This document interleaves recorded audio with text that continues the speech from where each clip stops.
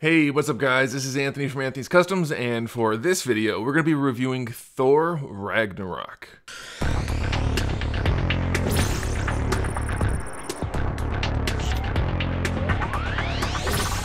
Now, I have to tell you guys, I was not expecting this movie to turn out to be very good. I was hopeful, I wanted it to be good, but I thought the trailers were just pretty awful. They were poorly cut together, it didn't really give you an idea of what the movie was about other than two totally disconnected storylines and some really forced humor, so I was not expecting it to be good. I thought they might actually finally have a serious dud. Luckily, that was not the case. Now, I guess the box office has proven to be very, very good for Thor. I don't know what the reviews are at all. The only thing I know about it is two people that I talked to said they enjoyed it. That's the only thing I know as far as general consensus goes, so you have no worries that I'm going to be falling in line for whatever line there may be. I have no idea what they are.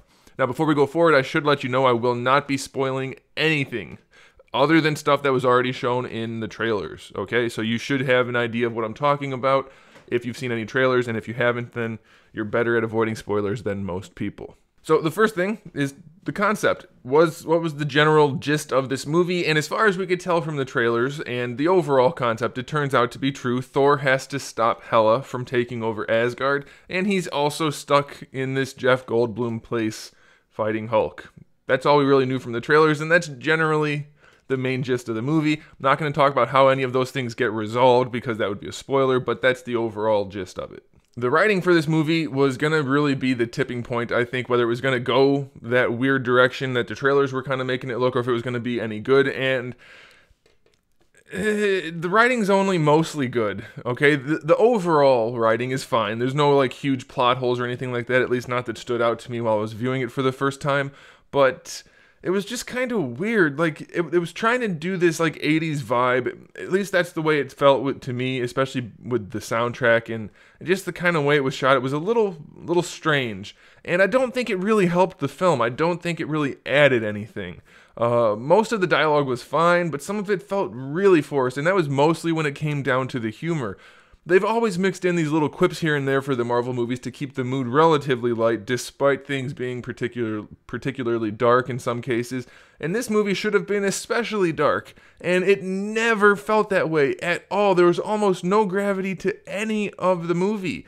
I think the way they forced so much humor in, it really just kind of destroyed that sense of doom that the goddess of death would be bringing.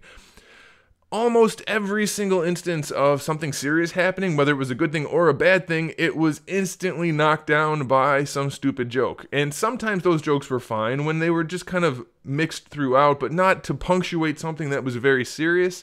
It just really killed the mood, and I personally don't like that. I think it could have been so much better if they had toned back the humor. I don't want to go like Batman v Superman or anything like that, but it definitely shouldn't have had as much humor as it had. So in that case, the writing is not the best. Okay, so we can also talk about the pacing in this category. I feel like the first act of the movie was particularly slow. It started with a relatively intense action scene that was very short and still had a lot of weird humor in it that just felt out of place, but it ended, and then it was a very awkward kind of first act.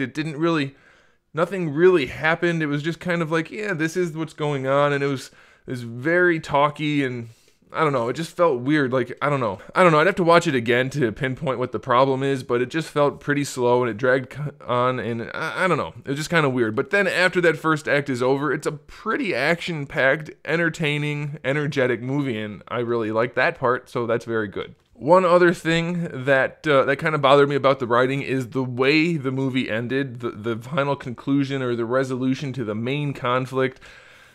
It was awfully cliche, and it was so convenient. Like, oh, that thing that happened in the beginning, well, that needed to happen in order for this ending to happen, so now we can have this convenient ending. Otherwise, there would be no ending, and that would be that. So I didn't care for that either. So this was a really solid movie with some serious flaws throughout. So like I said, I don't know how the reviews are coming in. I'm gonna guess people really liked the movie, and I did too. but there were definitely some issues that probably didn't have to be there. They could have just kind of skipped on those, and it would have been much better. Next thing to talk about is the casting. Obviously, we have a lot of returning cast for Loki, Thor, Odin, Heimdall, lots of people, okay? And they all do exactly what you expect they're going to do. They all do a good job. It's good, no problems. I don't have any issues with any of that, so that was fine. Then we have Hela, played by Cate Blanchett, and she looks really good, first of all, so that's a plus. And then Hela's a really cool character, and I think she did a good job portraying that character, but for being such a big bad and being the general bad guy for the movie, it didn't really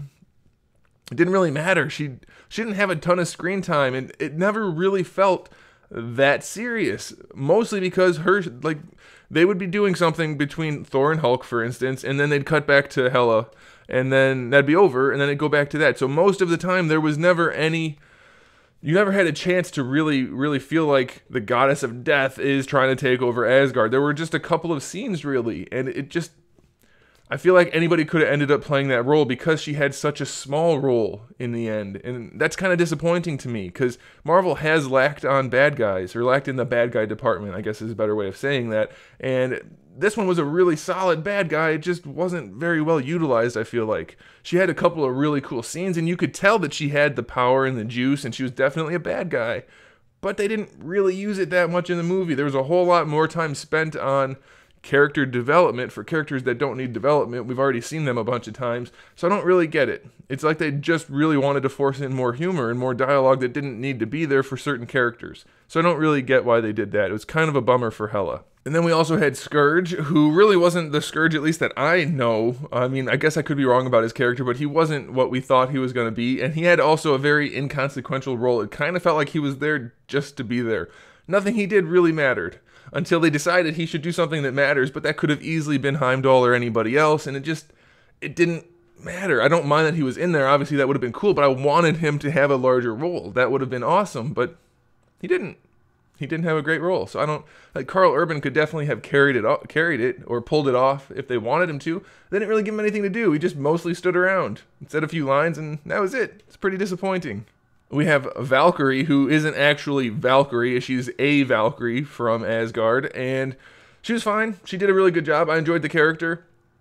That was it. I mean, like, she wasn't particularly impactful, but she was just like another sidekick to Thor, so it was good. I mean, no real issues there. She had a lot more screen time than some of the other characters, but I guess that was fine because she did a good job. So then we have the Grand Master, the last one we're going to talk about, and it's Jeff Goldblum, and he does a really good job. He does a really, really nice job of making this character likable, but he's still kind of a bad guy, kind of a jerk, but he's so enjoyable to watch. I don't know what it is. I guess it's something about the way Jeff Goldblum did it. So I think out of all of these new characters, the best casting, or at least best performance, goes to Jeff Goldblum. I really liked Hela. I liked Valkyrie. I don't think they had as much... They didn't really own their roles as much as Jeff Goldblum did. Like, Hela could have been a Lord of the Rings character, to be completely honest. I mean, she felt almost like the same character. So, I don't know. It was a little bit weird for some of the castings. Not that they did a bad job, but they didn't have that oomph that Jeff Goldblum did in a silly side role that didn't really matter. His was probably the most enjoyable. So moving on to the action, obviously we have to talk about action. It's a Thor movie with Hulk in it. And that's one of the things that I think is the problem with this movie. And not like in the general sense, but in the sense that they used it to sell the movie. Like they really focused on the Thor thing, or Thor and Hulk thing in the trailers. And it wasn't a huge thing. Yeah, Hulk was in this movie, and obviously he was working with Thor at some point. But having Hulk in the trailers totally made the impact in the film almost inconsequential. It took all of the emphasis off of that because we already knew it was going to happen. It should have been a surprise to us as it was to Thor in the movie. When he's standing there waiting for his combatant to come out, we shouldn't have known who it was going to be until they announced it, and then it happens. I'm like, oh shoot, it's Hulk. That's cool or interesting. What's going to happen? Instead, it was like, it's Hulk. We already know. Now what? They're going to fight for a minute. Okay. Like, it wasn't... They just missed so many opportunities to make the movie better. They could have done so much more if they didn't try to sell it as a Hulk-Thor buddy cop movie with the trailers. And that's one thing I kind of don't like in general about the media these days. Not the media, I guess Hollywood, let's say. Trailers are becoming more and more deceptive or detrimental to the films in general, that I don't like that. Like, give us a tease of what the movie's going to be, and that's it. Stop spoiling things. That Hulk thing totally lost all of its impact, and that's a bummer. But the action was pretty good, so I will give them that. That fight between Thor and Hulk was pretty cool. I think it could have been more. It was relatively short-lived, but it was okay. And then the rest of the action was really solid. We had Thor finally being super powerful, lightning everywhere, Thor being awesome. We saw that in the trailer just a smidge, and there was obviously a lot more of that in the movie. I feel like they cut it just a little short. I mean, I know they want to leave it so that we want more and we come back for more, but we could still get a little more in the movie too. It would have been awesome. He had a really, really cool scene. It was almost like the Vader scene at the end of that last Star Wars movie. It was really, really cool. Like, awesome, super cool Thor was finally there, and it was great. But it was too short. And then the fight scenes with Hela were also really cool. Like, she's got some cool power, but also very short. So I don't know. It wasn't bad. Like, it was really solid action. I just want more of that. I mean, this is a Marvel movie. We could focus on the action a little bit more, I think. I think that'd be okay. But it was still fine. And then Hulk stuff was still Hulk stuff. A little less interesting than it used to be, but it's okay. It's fine. And then lastly, we need to talk about the special effects. The special effects were pretty darn good. I mean, a lot of this movie was CGI. Obviously, Hulk and most of the characters have at least some scenes where they are entirely CGI, and then lots of CGI enhancements and green screens and all that kind of stuff, and sets were clearly CGI and big vistas and things. Lots of CGI in this movie. Most of it was really, really good. There were a few scenes where it was a little iffy, mostly green screen. Those were the ones that stood out the most. Then the only other thing that really stood out to me as being off was when Valkyrie's got like her own little ship at some point in the movie, and sometimes when the ship's moving around, it just looks really fake. Otherwise, it's fine. Like, everything else looked really good. Hulk looked fantastic. Everything looked really, really good. The lightning on Thor was perfect. It was so good. And then it was just those few little things, so no big deal at all. So ultimately, the movie was flawed, but really, really fun. It was a lot of fun. Get past that first act and accept a few problems with some of the characters, and you're going to really like this movie. The action's a lot of fun. The CGI is good. It's a colorful movie. Some of the humor is good. Although the audience where I was only laughed one time throughout the entire movie. So, I don't know. I mean, there is definitely that issue with that forced humor and some of the characters lacking a little bit of character. But it was definitely a lot of fun. I definitely recommend it. It was probably the best Marvel movie this year. But I guess that's going to be up for you guys to decide what you think.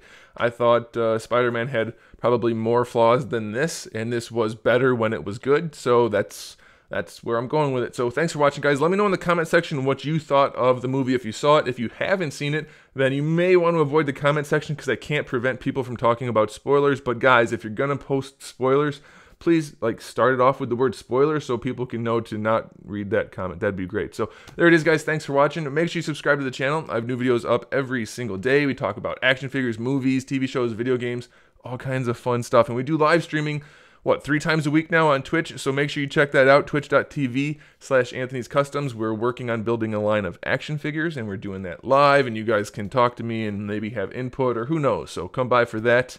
And we do lots of fun stuff, so make sure you come back for all of that stuff, guys. Give the video a thumbs up if you liked it, and in the meantime, keep collecting.